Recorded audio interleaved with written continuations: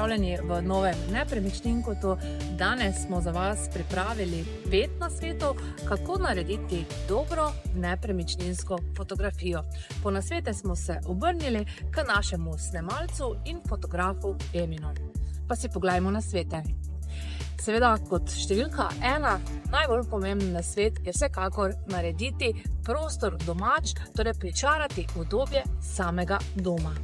Številka 2, slikati seveda tako, da gledalec dobi občutek postavitve samih prostorov.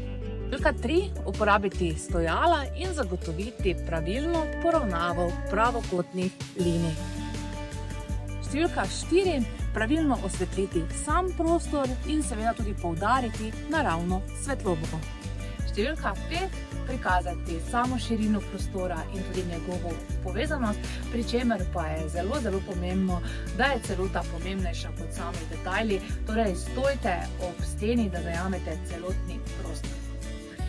To je, kar se tiče današnjih nasvetov vse. Eminu se lepo zahvaljujemo za teh 5 nasvetov, vam pa še vseeno za na konec polagam roko na srce. Prvi vtis naj ne bo tudi zadnji vtis na nepremičnini, enako je tudi pri ljudeh, zato zagotovite, da bo vaša nepremičnina imela kar se da maksimalno dober prvi vtis.